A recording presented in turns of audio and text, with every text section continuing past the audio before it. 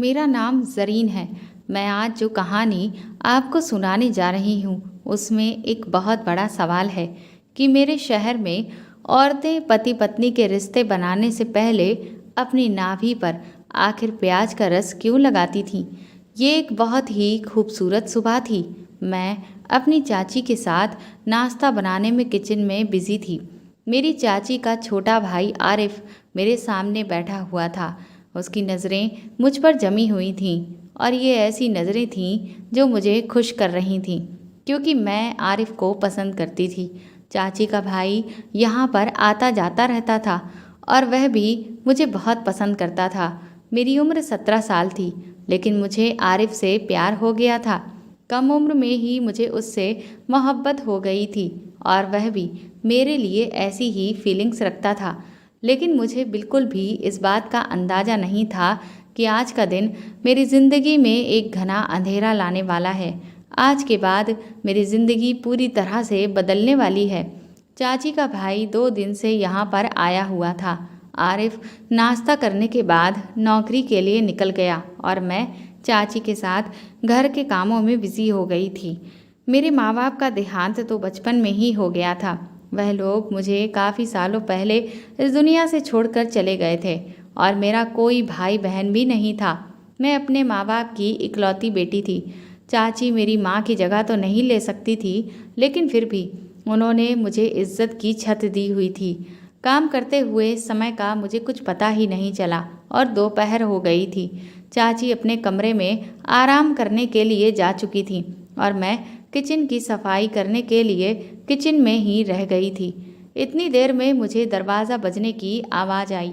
मैं जैसे ही दरवाजे पर गई तो दरवाजे पर एक अजीब सा लंबा चौड़ा आदमी खड़ा हुआ था, जिसकी नज़रों में ऐसी चुभन थी कि मैंने जल्दी से उसे देखकर अपने कपड़े ठीक किए। मैं बहुत ही ज़्यादा खूबसूरत थी और कभी कभी यही बात मुझे बहुत ज़्यादा परेशान कर दिया करती थी। मैं जहाँ भी जाती थी वहाँ पर लड़के मुझे घूर घूर के देखते थे। इसीलिए मैं जा कर के घर से बाहर निकलती तो अपने चेहरे को छुपाने की कोशिश करती थी और इस टाइम भी मैं अपनी खूबसूरती को छुपाने की कोशिश करने में लगी हुई थी। वह आदमी मुझसे चाची के बारे में पूछ रहा था। मैंने दरवाज़ा बंद करना चाहा था ताकि अंदर जाकर चाची को बुला कर लाऊं, लेकिन उस आदमी ने दरवाजे पर हाथ रख दिया और कहने लगा कि दरवाज़ा बंद करने की ज़रूरत नहीं है। मैं तुम्हारे लिए कोई गैर थोड़ी हूँ। जाओ, जाकर अपनी चाची को बुला लाओ। उसकी ये बात मुझे बहुत ही अजीब सी लगी थी। मैं पहली बार उस आदमी को यहाँ पर देख रही थी और वह कह रहा था कि वह मेरे लिए कोई गैर नहीं है। मुझे दरवाज़ा खुला हुआ छोड़कर अंदर जाना बहुत मुश्किल लग रहा था, लेकिन मेरी मजबूरी थी। इसीलिए मैं फ़ौरन अंदर की तरफ भागी और चाची को इस बारे में बताया कि एक आदमी दरवाजे पर खड़ा हुआ है। उसके हुलिये के बारे में सुनते ही चाची के चेहरे का रंग बदल गया था। वह कहने लगी कि दरवाजे पर आने की ज़रूरत नहीं है तुम्हें, तुम किचन का काम खत्म करो। उनकी ये बात सुनकर मैं किचन में पहुंच गई और चाची दरवाजे पर चली गई थी और फिर मुझे चाची की थोड़ी थोड़ी आवाज़ें सुनाई देने लगी थीं। वह उस आदमी से क्या बात कर रही थी ये तो मुझे साफ समझ नहीं आया था, लेकिन कोई ऐसी बात जरूर थी जो बहुत ही खामोशी के साथ और चुपके चुपके से की जा रही थी।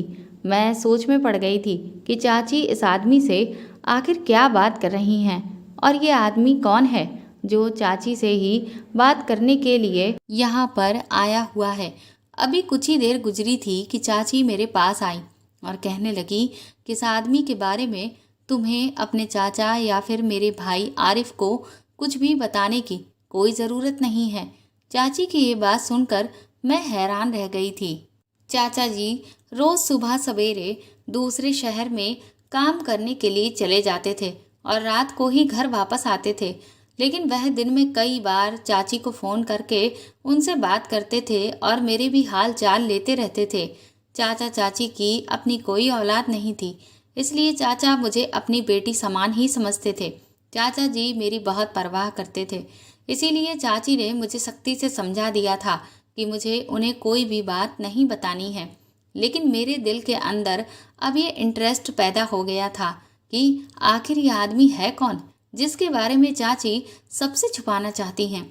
मुझे तो वह कोई बदमाश सा आदमी लग रहा था, लेकिन मेरी चाची का आखिर उससे क्या रिश्ता था। फिलहाल चाची की बात सुनकर मैंने अपनी जुबान पर ताला लगा लिया था और ना ही मैंने इस बारे में आरिफ से कोई बात कही थी और ना ही चाचा जी से कुछ कहा था। मैंने सोच लिया था कि आज नहीं तो कल खुद ये बात सब लोगों को पता चल जाएगी, क्योंकि मेरा मानना था कि कोई भी बात ज़्यादा दिन तक नहीं छुप सकती है। और फिर उसी रात मेरे कमरे में आरिफ आया और कहने लगा कि जल्द ही मैं अपनी बहन से तुम्हारे और अपने रिश्ते के बारे में बात करूंगा। मैं चाहता हूँ कि अब जल्दी ही हमारी शादी हो जाए। आरिफ की ये बात सुनकर मैं हंस पड़ी थी, क्योंकि मैं अभी 17 साल की थी और वह 23 साल का हो गया था। और फिर अभी उसकी परमानेंट नौकरी भी नहीं लगी थी, वह बस थोड़े बहुत ही पैसे कमाता था। फिर वह मुझे कैसे अपने घर में रखता। इतनी जल्दी तो हमारी शादी मुमकिन ही नहीं थी, मगर आरिफ का कहना था कि कुछ बातें हैं जिनकी वजह से वह जल्दी ही मुझसे शादी करना चाहता है और वह अपने लिए अच्छी नौकरी की तलाश भी दिन रात कर रहा है। जैसे ही उसे कोई अच्छी सी नौकरी मिल जाएगी, फिर वह मुझे लेकर इस शहर में शिफ्ट हो जाएगा जिस शहर में उसकी नौकरी मिल जाएगी। मुझे भला इस बात पर क्या एतराज हो सकता था। मैंने उससे कह दिया था कि अगर चाची मानती हैं तो फिर मुझे कोई एतराज नहीं होगा। ये सुनकर आरिफ को बहुत खुशी हुई थी और उसने खुशी से मेरे हाथों को अपने हाथों में थाम लिया था। उसके इस तरह से छूने से मुझे बहुत शर्म आ रही थी। वह दिन तो खामोशी से गुजर गया था और कुछ दिन बाद वह आदमी फिर से हमारे घर आ गया था। वह आदमी आज सीधा दरवाजे से घर के अंदर चला आया था। अब की बार चाची ने उसे अपने कमरे में बैठा दिया था। मैं किचन में मौजूद थी कि तभी अचानक चाची भी किचन में आ गई। उन्होंने एक प्याज उठाया और मुझसे कहने लगी कि तुम्हें मेरे कमरे की तरफ आने की ज़रूरत नहीं है जब तक कि मैं तुम्हें खुद आवाज़ ना दूं। मैं बड़ी ही हैरानी से अपनी चाची के हाथ में पकड़ा हुआ वह प्याज देख रही थी और वह खामोशी से वापस अपने कमरे में दोबारा चली गई थी। और फिर मुझे कमरे का दरवाज़ा बंद होने की आवाज़ सुनाई दी थी। 1 घंटा ऐसे ही गुजर गया और हर तरफ सन्नाटा छाया हुआ था। थोड़ी देर के बाद मुझे चाची ने आवाज़ देकर ठंडा पानी लाने के लिए कहा। मैं 2 गिलास ठंडा पानी लेकर चाची के कमरे के दरवाजे तक जैसे ही पहुंची तो वह दोनों आपस में कुछ बातें कर रहे थे और बातें करते करते मुझे देखकर तभी वह अचानक से खामोश हो गए। मेरी नज़र खुद ब खुद अपनी चाची पर ठहर गई थी, क्योंकि उनकी हालत कुछ बदली बदली सी मालूम हो रही थी। अभी 1 घंटे पहले तक उनके बाल तो अच्छी तरह से बंधे हुए थे, लेकिन अब उनके बाल बिखरे हुए थे और कपड़े भी अजीब हालात में हो रहे थे। इससे पहले कि मैं और गौर से चाची का पूरा जायजा लेती, तभी वह आदमी चाची को कहने लगा, ये तुम्हारी बेटी है, ये तो बड़ी ही खूबसूरत और जवान है। तुम इसकी शादी के बारे में क्यों नहीं सोचती? इसके लिए तो तुम्हें आसानी से रिश्ता मिल जाएगा। अब तुम्हारी उम्र हो रही है और इसके बारे में सोचना शुरू कर दो। उस आदमी की बात सुनकर मैं शर्म से पानी पानी हो गई थी। वह मेरे लिए अनजान आदमी था। वह न सिर्फ मेरी जवानी की तारीफ कर रहा था, बल्कि उसने मेरी शादी के बारे में भी बात छेड़ दी थी। वह पता नहीं कौन था जो इतना खुलकर मेरी चाची से बातें कर रहा था। और फिर चाची भी हंसकर उससे कहने लगी कि हाँ, अब इसकी शादी ही तो करनी है मुझे, यही मेरी जिम्मेदारी है। मेरी तो अब उम्र हो रही है, लेकिन ये अब जवान हो गई है। मैं शर्म की वजह से फौरन वहाँ से निकलकर वापस आ गई थी। चाची को उस अनजान आदमी के सामने जिस तरह से मेरी जवानी के बारे में बातें कर रही थी, मुझे इस बात का बहुत बुरा लग रहा था और उन दोनों के बीच फिर से बातों का सिलसिला शुरू हो गया था। कुछ देर के बाद वह आदमी वापस चला गया तो चाची ने मुझे फिर से यही समझाया कि आरिफ को और अपने चाचा जी को इस बारे में कुछ भी मत बताना। लेकिन इत्तेफाक की बात थी कि तभी अचानक उसी समय आरिफ घर पर आ गया था। तबीयत खराब होने की वजह से वह अपने घर जाने की बजाय यहाँ पर आ गया था। उसने उस आदमी को घर से निकलते हुए देखा तो फौरन मेरे पास चला आया और मुझसे पूछने लगा कि वो आदमी कौन था और ये यहाँ पर क्यों आया हुआ था। मैंने इनकार करते हुए सिर हिला दिया और कह दिया कि मुझे इसके बारे में कुछ भी नहीं पता है। ये आदमी चाची से मिलने के लिए आया था। आरिफ सीधा चाची से मिलने के लिए उनके कमरे में चला गया और फिर ना जाने अचानक ऐसा क्या हुआ कि उन दोनों की चीखने चिल्लाने की जोर जोर से आवाजें आने लगी थीं। चाची आरिफ को बुरा भला कह रही थी। आरिफ भी चाची को आगे से बहुत बढ़ बढ़ कर जवाब दे रहा था। न जाने उन दोनों के बीच क्या चल रहा था। मुझे इस बारे में तो कुछ भी नहीं पता था, लेकिन इतना आइडिया ज़रूर था कि बात कुछ ज़्यादा ही बड़ी है और शायद उस अनजान आदमी से जुड़ी हुई है। काफ़ी देर के बाद जब आरिफ चाची के कमरे से बाहर आया तो उसका चेहरा गुस्से से लाल हुआ पड़ा था। वह सीधे स्टोर रूम में चला गया और जाकर बंद हो गया। उसकी तबीयत ठीक नहीं थी, इसलिए आज वह हमारे घर पर ही रुकने वाला था। उसके बाद चाची भी अपने कमरे से बाहर नहीं निकली। रात के खाने के टाइम पर जब मैं चाची को बुलाने के लिए उनके कमरे में गई तो चाची बहुत ही गुस्से में थी और कहने लगी कि जाओ, तुम जाकर खाना खा लो और सो जाओ। उनके इस तरह के बिहेवियर से मुझे बहुत ज़्यादा बुरा लगा था, जिसे देखकर मुझे बहुत बुरा लग रहा था। पता नहीं आरिफ ने कौन सा हंगामा खड़ा कर दिया था कि जिस बात का गुस्सा वह मुझ पर निकाल रही थी। मैंने चाची से इस बारे में पूछना भी चाहा कि क्या हुआ है, तो वह कहने लगी कि ये सब कुछ तुम्हारी वजह से हुआ है, इसीलिए ज़्यादा मासूम बनने की ज़रूरत नहीं है और यहाँ से दफ़ा हो जाओ। मुझे अपनी शक्ल भी मत दिखाना। मैं आंसू बहाती हुई उनके कमरे से निकल आई थी और लगातार रो रही थी। आज मुझे बड़ी बेचैनी के साथ अपने माता पिता याद आ रहे थे। मैं अपने छोटे से कमरे में बिस्तर पर लेटी तो मेरे दिमाग में बस यही बात आ रही थी कि आरिफ ने अपनी बहन से न जाने किस बात पर झगड़ा किया है। क्या उस अनजान आदमी की वजह से उसका और चाची का झगड़ा हुआ है? स्टोर रूम का दरवाज़ा तो अंदर से लॉक था, वरना मैं उससे जाकर ज़रूर पूछती। आरिफ जब भी हमारे घर पर आता था वह स्टोर रूम में ही ठहरता था, क्योंकि हमारा घर छोटा था और सिर्फ 2 ही कमरे थे। एक में चाचा और चाची रहते थे और दूसरे कमरे में मैं रहती थी और एक छोटा सा स्टोर रूम बना हुआ था जहाँ पर आरिफ कभी कभी ठहर जाता था। मुझे सुबह होने का इंतज़ार था। सुबह मुझे या तो ये बात चाची से पता चलनी थी या फिर मुझे आरिफ से ही पूछनी थी। लेकिन अगली सुबह उससे भी ज़्यादा कुछ अजीब हुआ। जब मैं सोकर उठी तो आरिफ घर से जा चुका था और चाची भी खामोशी से घर का काम कर रही थीं। उन्होंने मुझसे कोई भी बात नहीं की और उनका बिहेवियर देखते हुए मैंने भी उनसे कुछ भी नहीं पूछा। सुबह उठते ही मेरा पहला काम सफाई करना था, इसलिए मैं सीधा सफाई करने में बिजी हो गई और चाची के कमरे की सफाई करने के दौरान मुझे वहाँ प्याज का टुकड़ा पड़ा हुआ मिल गया, जिसे चाची किचन से लेकर अपने कमरे में गई थी। मैं सोच रही थी कि चाची प्याज क्यों उठाकर लाई थी। आखिर इस अनजान आदमी को इस प्याज का क्या करना था, या फिर चाची ने उस प्याज का इस्तेमाल किया था क्योंकि वह बहुत ही दबा हुआ लग रहा था। उसे खाया नहीं गया था, उसका छिलका भी उतरा हुआ था। ऐसा लग रहा था कि जैसे उसका रस निकाला गया है। मैंने सफाई करते टाइम उसे फेंक दिया था और फिर वापस सफाई में बिजी हो गई थी। फिर शाम के टाइम चाची मुझसे कहने लगी कि चलो मार्केट चलते हैं, कुछ सामान लाना है। कभी कभी ऐसा हो जाता था कि चाची मुझे अपने साथ मार्केट ले जाती थी, इसलिए मैंने अपना दुपट्टा लिया और मैं उनके साथ ही चल पड़ी। लेकिन मुझे क्या पता था कि मुझे कहाँ पर लेकर जा रही हैं वो।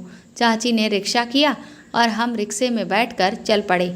लेकिन उस वक्त मैं हैरान रह गई थी जब रिक्शे वाले ने मार्केट को क्रॉस कर दिया। मैंने चाची से पूछा कि हम कहाँ जा रहे हैं, बाजार तो पीछे निकल गया है। वह कहने लगी, दरअसल हम दूसरा सामान खरीदने जा रहे हैं, इसीलिए दूसरे मार्केट जा रहे हैं। उनका बिहेवियर मुझे पहले से कुछ बेहतर लग रहा था और काफ़ी देर के बाद हम एक अजीब से बाजार में पहुंच गए। यहाँ भीड़ भाड़ तो थी, लेकिन लोग काफ़ी अजीबोगरीब मालूम हो रहे थे। हम रिक्शे से उतरे तो चाची मुझे किसी दुकान के पीछे बने हुए घर में ले गईं। वहाँ एक बड़ी उम्र की औरत ने दरवाज़ा खोला और चाची को देखकर मुस्कुराने लगी। चाची कहने लगी, इसे अपने पास रखो, मैं माल के सही दाम लगवा कर आती हूँ। मैंने चाची को परेशानी से देखा कि वह मुझे अपने साथ ले जाने की बजाय यहाँ पर क्यों छोड़कर जा रही हैं? चाची ने मेरा चेहरा देखा तो कहने लगी, परेशान मत हो, ये भी तुम्हारी चाची ही है। तुम यहाँ बेफिक्र होकर बैठो, बस कुछ देर में ही मैं वापस आती हूँ। फिर चाची मुझे छोड़कर वहाँ से पलट गई। उस औरत ने मुझे अंदर ले लिया और फिर जैसे जैसे वह मुझे अपने साथ लेकर अंदर जाने लगी, मेरी आंखें फटी की फटी रह गई थी, क्योंकि उस दरवाजे के पीछे तो एक अलग ही जगह बनी हुई थी जिसमें बहुत सारे छोटे छोटे कमरे बने हुए थे और अजीब सी बदबू भी आ रही थी। कुछ कदम चलने के बाद ही मुझे ये आइडिया हो गया था कि मैं इस वक्त किसी नॉर्मल जगह पर नहीं हूँ। ये जगह बहुत ही अलग थी। दरवाजे के पास छोटे छोटे कपड़े पहने हुई लड़कियाँ खड़ी हुई थीं और जो मुझे ऊपर से नीचे तक देखकर मुस्कुरा रही थीं। उनके कपड़े, उनके चेहरे पर भरा हुआ मेकअप मुझे एक अलग ही सच्चाई बता रहा था। मैं चलते चलते रुक गई तो वो औरत पलटकर मुझे देखने लगी, लेकिन मैंने उससे कहा कि मुझे वापस जाना है, मैं अंदर नहीं जाना चाहती। मेरी ये बात सुनकर वह औरत जोर से हंसी और कहने लगी कि दरवाजे से अंदर आने का रास्ता तो है, लेकिन बाहर जाने का कोई रास्ता नहीं है। तुम्हारी चाची तुमसे जान छुड़ाकर यहाँ से जा चुकी है। अब ना ही वह कभी लौट कर वापस आएगी और ना ही तुम कभी यहाँ से बाहर जा सकोगी। ये मेरी दुनिया है, यहाँ पर मेरा राज चलता है और तू भी एक औरत है, इसीलिए तुझे भी यहाँ पर रहकर मेरा कहना मानना पड़ेगा। उनकी ये बात सुनकर मेरे पैरों तले से जमीन निकल गई थी। उसने मेरा हाथ पकड़ लिया था। मैंने अपना हाथ उसके हाथ से कस के छुड़ाया और मैंने कहा कि मैं यहाँ पर किसी भी कीमत पर नहीं रहूँगी और मेरी चाची अभी कुछ देर में ही आती होगी। मैं बाहर जाने के लिए जैसे ही पलटी तो उसने पीछे से मेरी कुर्ती पकड़ ली और कुर्ती को जोर से खींचा, जिससे मेरी कुर्ती फट गई। फिर मेरे मुंह पर एक ज़ोरदार तमाचा दे मारा और मैं ज़मीन पर धड़ाम से गिर गई। मेरे मुंह से खून निकलने लगा। वह औरत मेरे पास बैठकर कहने लगी कि तेरी चाची तुझे यहाँ पर बेच कर गई है और अब तू मेरी खरीदी हुई गुलाम है। मैंने तेरी महंगी कीमत दी है उसको। चल अब जा और जाकर तैयार हो, रात को कस्टमर आएंगे और तुझे भी यहाँ लाइन में खड़ा होना होगा। फिर उसने एक औरत को आवाज़ देकर बुलाया और मुझे उसके हवाले कर दिया। मैं उस समय हक्का बक्का थी। मुझे कुछ भी समझ में नहीं आ रहा था कि मैं क्या करूं और क्या नहीं। मेरी चाची मेरी माँ की तरह थी। पिछले 4 साल से मैं अपनी चाची के साथ ही तो रह रही थी। वह मेरे ऊपर इतना अत्याचार कैसे कर सकती थी? मैं चाहकर भी उस औरत की बातों पर अभी भी यकीन नहीं कर पा रही थी। ऐसा लग रहा था कि एक भयानक सपना है ये सब, और अभी कुछ ही देर के बाद मेरी आँख खुलेगी और सब कुछ ठीक हो जाएगा। लेकिन ये मेरी बदकिस्मती थी कि ये कोई सपना नहीं था, बल्कि ज़िंदगी की एक कड़वी हकीकत थी। वहीं दूसरी औरत मुझे एक अंधेरे से कमरे में ले गई। उसने खुशबूदार पानी बनाया और फिर उसमें मुझे स्नान करवाया। मेरे चीखने चिल्लाने का, रोने धोने का उस औरत पर कोई असर नहीं हो रहा था। वह कहने लगी कि तुम जैसी लड़कियां यहाँ रोज आती हैं, 1-2 दिन रोती हैं, उसके बाद खुद ही खुशी खुशी सेज पर जाती हैं। उन्हें पता चल जाता है कि अब यही मेरी ज़िंदगी है, इसीलिए तुम भी अब खुशी खुशी इस ज़िंदगी को स्वीकार कर लो। जो भी है, जैसी भी है, अब यही तुम्हारी ज़िंदगी है, इसीलिए खुशी खुशी इस काम को आसानी से कर लो, वरना गुले नूर यही काम तुमसे ज़बरदस्ती करवाएगी और तुम्हें बहुत ज़्यादा तकलीफ भी होगी। उनकी बातें सुनकर मेरे वजूद में करंट दौड़ गया था। मैं 17 साल की थी और वह मुझे धंधे में उतारना चाहती थी। वह मुझे कमरे की तरफ खींचते हुए ले गई, जहाँ से मुझे चीखने चिल्लाने की आवाज़ें आ रही थीं। वह कहने लगी, देखो ये लड़की गुले नूर की बात नहीं मान रही थी, इसलिए उसे यहाँ पर बंद करके रखा गया है। इस बेचारी को ना खाने को कुछ दिया जा रहा है और ना ही पीने को। अगर तुमने भी मेरी बात नहीं मानी तो तुम्हें भी ना खाने को कुछ दिया जाएगा और ना ही पीने को, तो तुम्हारा भी यही हाल होगा। उसकी ज़बरदस्ती करने पर मैंने उस खुशबूदार पानी से स्नान कर लिया था और फिर उसने मुझे दुल्हन की तरह तैयार करना शुरू कर दिया था। लेकिन थोड़ी देर के बाद वह पहले वाली औरत, जिसका नाम गुले नूर था, वह वापस आ गई। उसने सर से लेकर पैर तक मुझे देखा और कहने लगी, तू तो सच में बहुत खूबसूरत है और बड़ी कमाल की चीज़ है, तेरे तो बड़े ही अच्छे दाम लगेंगे। मैंने तेरी चाची को भी बहुत पैसा दिया है, वही सारा पैसा मैं तेरे इस हुस्न की अच्छी बोली लगाकर अब वसूल करवाऊंगी। इसके बाद इतना कहकर गुलेनूर ने एक बड़ी ही भद्दी सी हंसी हंसी तो उसके पान से सने हुए गंदे दांत दिखाई देने लगे। ऐसा नज़ारा मैंने अब तक अक्सर सिर्फ फिल्मों में ही देखा था, लेकिन मैंने कभी ये नहीं सोचा था कि मेरी ज़िंदगी में भी कभी ऐसा वक्त आ जाएगा। अभी भी मेरी आंखों से लगातार आंसू बह रहे थे। मैंने उस औरत से पूछा कि मेरी चाची मुझे यहाँ पर छोड़कर क्यों गई है। वह ज़ोर से हंसी और कहने लगी, ये तो तुझे मालूम होगा, हम तो बस माल खरीदते हैं, माल हम तक क्यों लाया जाता है ये हमें नहीं मालूम। वह दूसरी औरत, जिसका नाम रुखसाना था, गुलेनूर से कहने लगी कि ये अभी छोटी है, इसीलिए इसे हमारे काम के बारे में अभी कुछ नहीं पता है। इसे कस्टमर के हवाले करने की बजाय पहले महफिल में नाचने गाने के लिए भेजा जाना चाहिए। जब ये कुछ समझदार हो जाए तो उसे किसी अच्छे और महंगे ग्राहक के सामने पेश करना, ताकि इसका सही पैसा वसूल हो सके। उस औरत की बात गुलेनूर को समझ आ गई और वह कहने लगी कि ठीक है, इसे नाचने गाने की तैयारी करवाओ। इस बात का हुक्म देते हुए वो खुद कमरे से बाहर निकल गई। रुखसाना मेरी तरफ देखकर कहने लगी, कुछ दिनों के लिए तो मैंने अभी तुम्हें बचा लिया है, लेकिन याद रखो, इस दुनिया में आज नहीं तो कल तुम्हें कस्टमर के पास जाना ही होगा, क्योंकि यही तुम्हारा काम है। मैं भी जब यहाँ आई थी तो सिर्फ 15 साल की थी। मुझे तो यहाँ पर मेरी खुद की सगी माँ ही बेच कर गई थी, क्योंकि उसे तो बस पैसों से मतलब था। उसने कभी भी अपनी बेटी से प्यार ही नहीं किया था। उसे तो बेटियाँ बोझ लगती थी, इसीलिए वह मुझे यहाँ पर बेच कर चली गई थी। तब से लेकर आज तक मैं हर रोज़ किसी न किसी कस्टमर के साथ होती हूँ, क्योंकि अब यही मेरी ज़िंदगी है। मैं यहाँ से भागने की भी कई बार कोशिश कर चुकी थी, लेकिन यहाँ से बाहर जाने का सिर्फ एक ही दरवाज़ा है, जिस पर गुलेनूर अपने नौकरों के साथ पहरा देती है। इसीलिए यहाँ से कभी फरार होने के बारे में मत सोचना, वरना तुम्हारी वो हालत करेगी कि तुम सारी ज़िंदगी याद रखोगी। रुखसाना बहुत ही अच्छी और मोहब्बत करने वाली औरत थी। उसकी बोलचाल भी मुझे बहुत पसंद आई थी। बाकी तो यहाँ कोई औरत ढंग से बात ही नहीं करती थी। वह मुझे न सिर्फ प्यार से समझा रही थी, बल्कि कुछ भी नाच गाना सिखाने लगी थी, जबकि मैं सारा टाइम रोती रहती थी। मुझे अपनी किस्मत पर बहुत अफसोस हो रहा था कि मुझे और कोई नहीं बल्कि मेरी अपनी चाची यहाँ पर छोड़कर चली गई थी, और फिर कुछ दिन इसी तरह से गुजर गए थे। अब तो रोते रोते मेरी आंखों का पानी भी सूख चुका था। मैंने अपने दिल को समझा लिया था और सोच लिया था कि ज़्यादा रोने से भी कोई फ़ायदा नहीं है।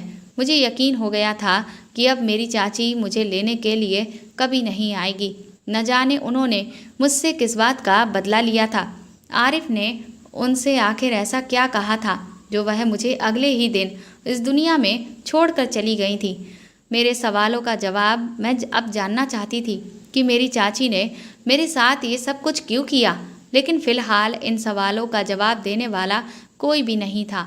रुखसाना ने मुझे 1 महीने तक इन महफ़िलों के जो भी नियम थे और नाचना गाना था वह भी सिखा दिया था, और फिर मुझे भी इस महफ़िल का हिस्सा बनाया जाने लगा था, जहाँ पर शराब के नशे में धुत खूब डूबे हुए आदमी हमारे सामने बैठ जाते थे और हमें अजीबोगरीब कपड़ों में उनके सामने अपना नाच पेश करना पड़ता था।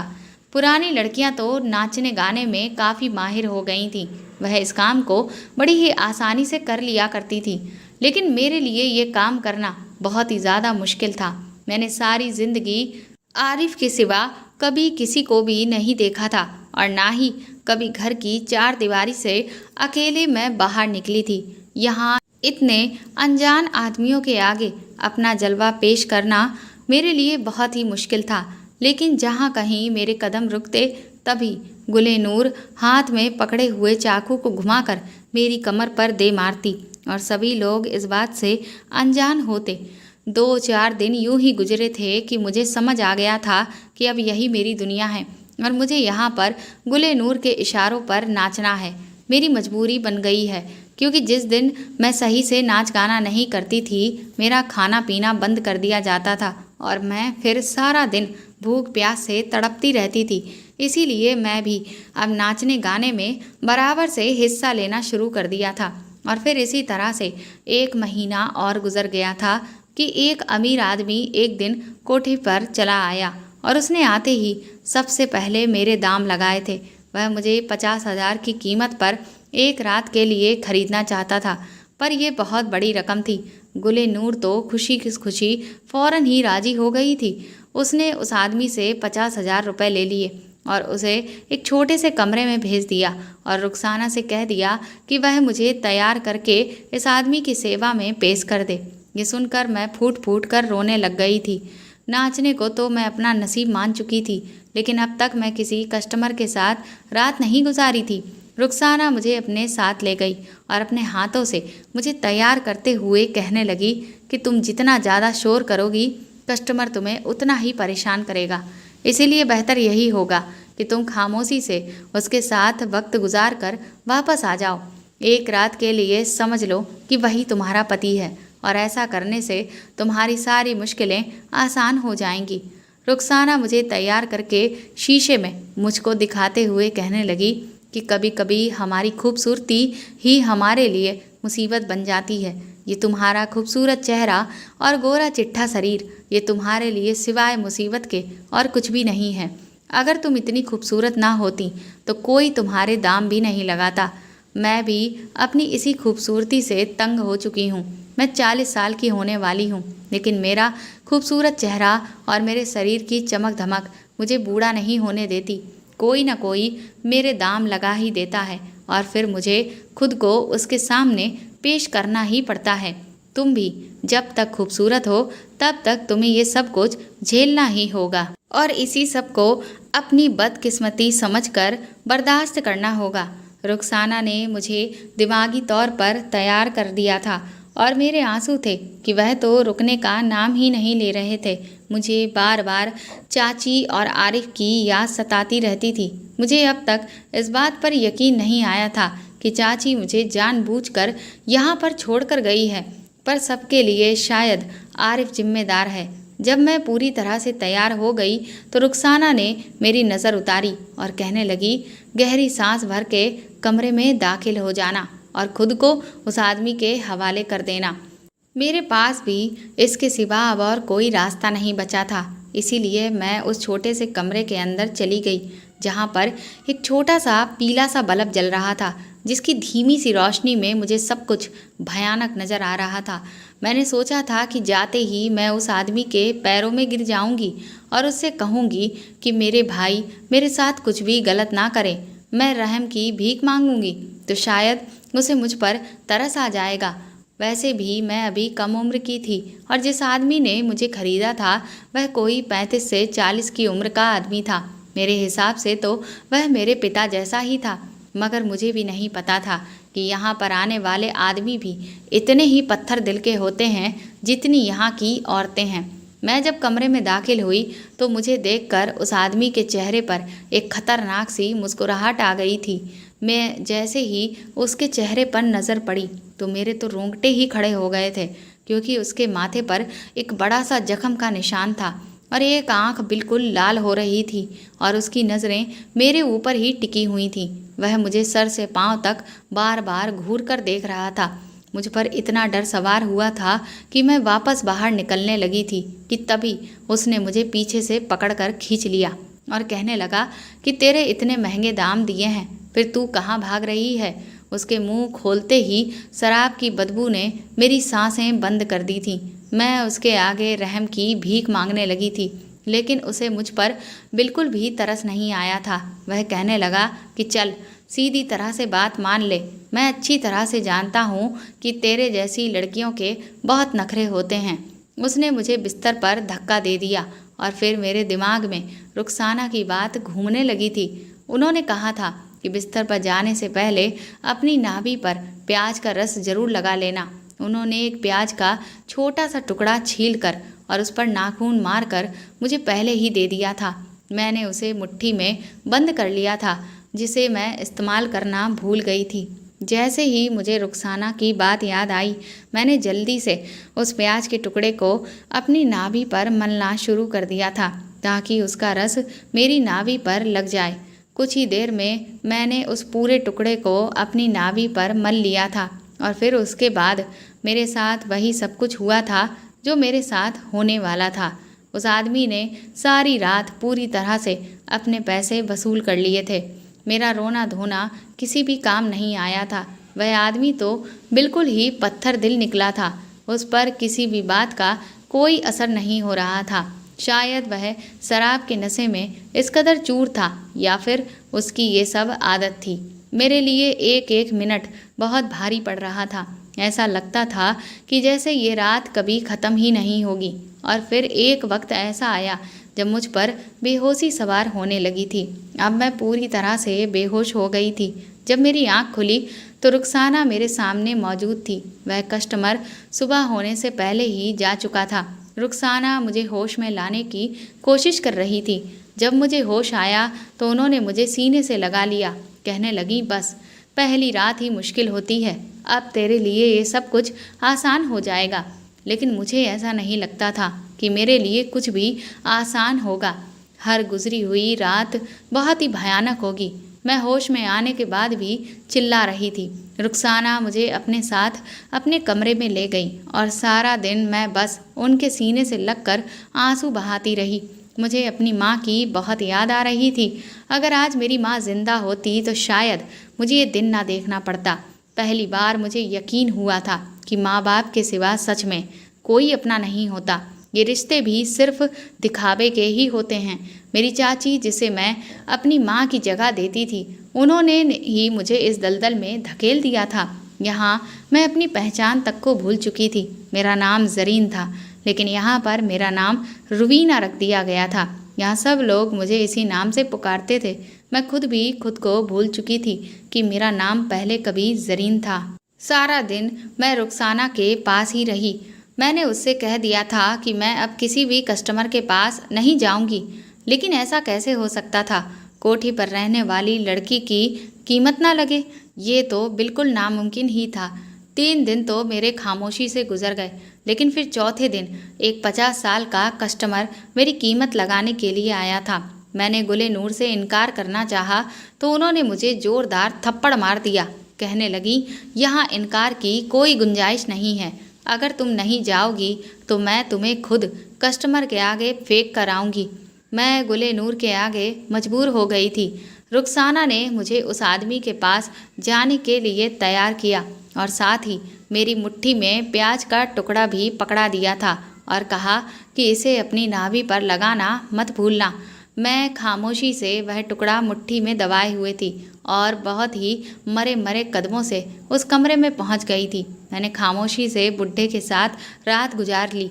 अब की बार मैंने कोई रोना धोना नहीं किया था और रुखसाना की बात सही साबित हुई थी। जब मैंने शोर शराबा नहीं किया तो कस्टमर ने भी मुझे परेशान नहीं किया था। लेकिन कस्टमर के जाने से पहले ही मैंने अपनी नाभि पर उस प्याज के टुकड़े का रस लगा लिया था। इस प्याज से आखिर क्या होता था? रुखसाना ने मुझे ये क्यों लगाने के लिए दिया था? इस बारे में मुझे कुछ भी नहीं पता था। मैं अपनी ज़िंदगी में कमा रही थी या फिर अपनी इज्जत गंवा रही थी। अब हर दिन मेरे साथ ऐसा ही होता था। मुझे अभी भी आरिफ की याद आती थी। क्या उसने मेरी गुमशुदगी पर अपनी बहन से कोई सवाल नहीं किया होगा?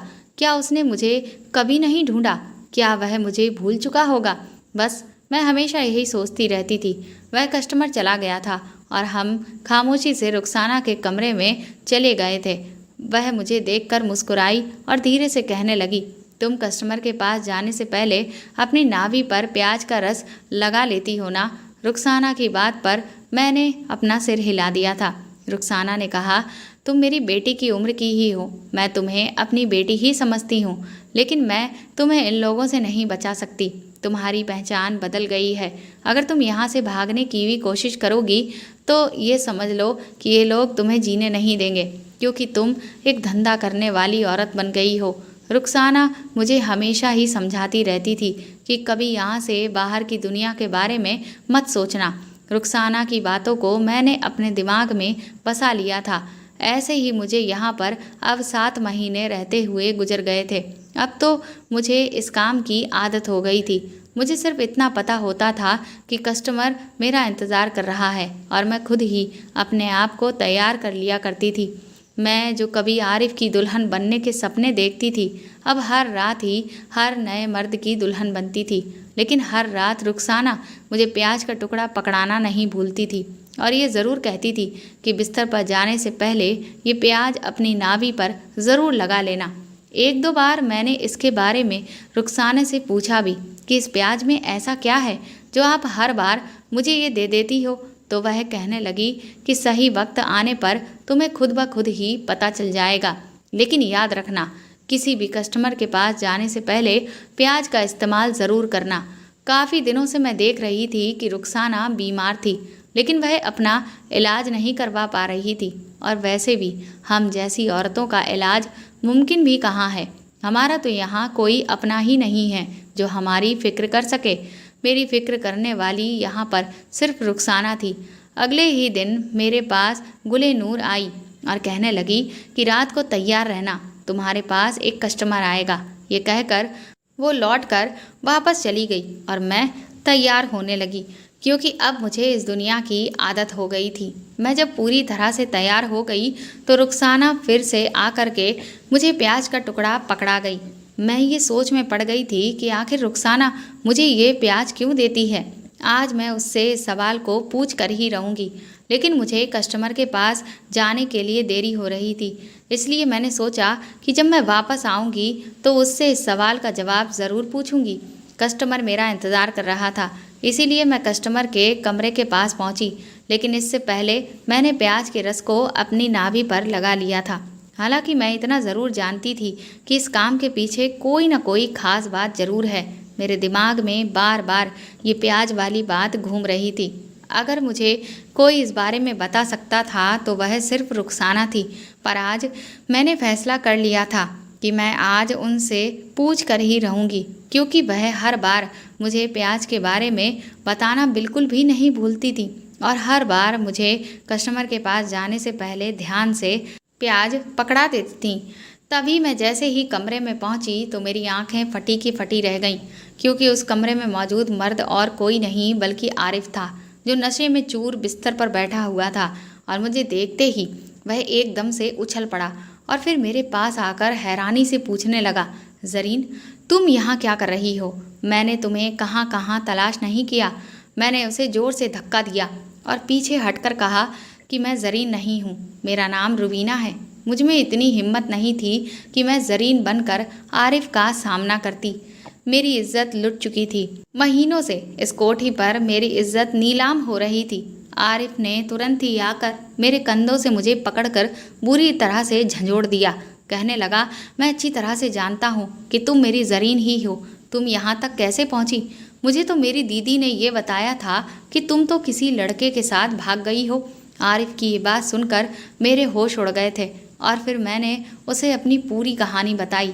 मुझे यहाँ तक पहुँचाने वाला कोई और नहीं बल्कि उसकी अपनी ही सगी बहन थी। ये बात सुनकर वह मेरे कदमों में बैठकर रोने लगा और उसने मेरे हर सवाल का जवाब दिया। उसने मुझे बताया कि जब से मेरी बहन को तुम्हारे और मेरे रिश्ते के बारे में पता चला था, तभी से वह तुमसे नफरत करने लगी थी। इसीलिए वह अनजान आदमियों को अपने फ़ायदे के लिए बुलाती थी, क्योंकि जीजा जी तो ज़्यादातर घर से बाहर ही रहते थे। मुझे उनके इस प्लान के बारे में पता चल गया था, तभी तो मैं तुम्हें दूसरे शहर ले जाने की बातें करता था। लेकिन जब उस दिन हम लोग बात कर रहे थे तो वह बातें मेरी बहन ने सुन ली थी और वह आदमी दीदी से मिलने के लिए आता था, क्योंकि वह कोठे का दलाल है। मैं अपनी बहन की हरकतों को अच्छी तरह से जानता था। जब जीजा जी घर पर नहीं होते थे तो वह गैर मर्दों के साथ रिश्ते बनाती है। ये बात तुम्हें पता नहीं है, लेकिन मैं इस बात को जानता था। मैंने अपनी बहन को कई बार बहुत समझाने की कोशिश भी की थी, लेकिन उन्होंने मेरी बात कभी नहीं मानी। वह लगातार जीजा जी को धोखा देती रहीं और उस दिन भी मेरा उस आदमी को घर से निकलते हुए देखकर मुझे बहुत गुस्सा आ गया था और इसी बात पर फिर मेरी बहन से झगड़ा हुआ था। और फिर उसके अगले ही दिन मेरी बहन ने मुझे ये बताया कि तुम किसी लड़के के साथ भाग गई हो। मुझे उनकी इस बात पर बिल्कुल भी यकीन नहीं हो रहा था, लेकिन उन्होंने रो धो कर मुझे इस बात पर यकीन दिलवा दिया था। लेकिन फिर भी मैंने तुम्हें कई जगहों पर तलाश करने की कोशिश की थी कि तुम मुझे कहीं ना कहीं पर तो मिल ही जाओगी। उन्होंने जीजा जी को भी यही बताया कि आपकी भतीजी भाग गई है, और मुझे भी फिर यही लगने लगा कि तुमने मुझे धोखा दिया है। मैं तुमसे अपनी बहन की तरफ से माफ़ी मांगता हूँ। मेरी बहन बहुत बीमार है और बिस्तर पर पड़ी हुई है। उसे उसके किए की सज़ा मिल चुकी है, और ये सब कुछ उसके साथ इसलिए हुआ है क्योंकि उन्होंने एक बिन माँ बाप की बच्ची को सताया है। अपनी गलती छुपाने के लिए उन्होंने तुम्हें इस कोठे पर छोड़ दिया। आरिफ रोते हुए मुझसे माफ़ी मांगने लगा कि उसने मुझे बहुत ज़्यादा ढूंढने की कोशिश भी नहीं की थी। आरिफ मुझे अपने साथ ले जाने की ज़िद करने लगा, लेकिन मैंने उसे साफ इनकार कर दिया तो वह खामोशी से वहाँ से चला गया। उसने मुझसे ज़िद इसलिए नहीं की क्योंकि वह जान चुका था कि अब मैं एक वेश्या हूँ, और इस हाल में अब वह मुझे कभी एक्सेप्ट नहीं करेगा, और ना ही उसे ये समाज मुझे एक्सेप्ट करने देगा। उसकी हालत मेरी बेवफाई में ऐसी हो गई थी कि उसने अपने आप को शराबी बना लिया था, और वह कोठों पर भी आने लगा था। वह अपनी रात पूरी किए बिना ही वहाँ से शर्मिंदा होकर चला गया था, और मैं रुखसाना के कमरे में आ गई थी। लेकिन जैसे ही मैं रुखसाना के कमरे में आई, मैं ये देखकर हैरान रह गई कि रुखसाना बेहोश होकर ज़मीन पर पड़ी हुई थी।